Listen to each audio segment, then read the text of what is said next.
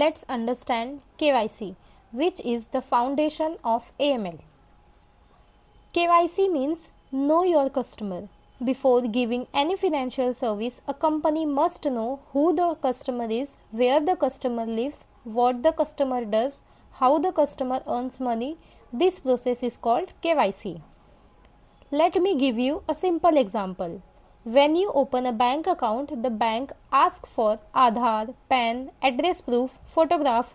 Why do they ask this? Because the bank wants to make sure you are a real person, not using any fake identity, not impersonating someone else. KYC helps bank fraud detection, prevent identity theft, reduce money laundering risk.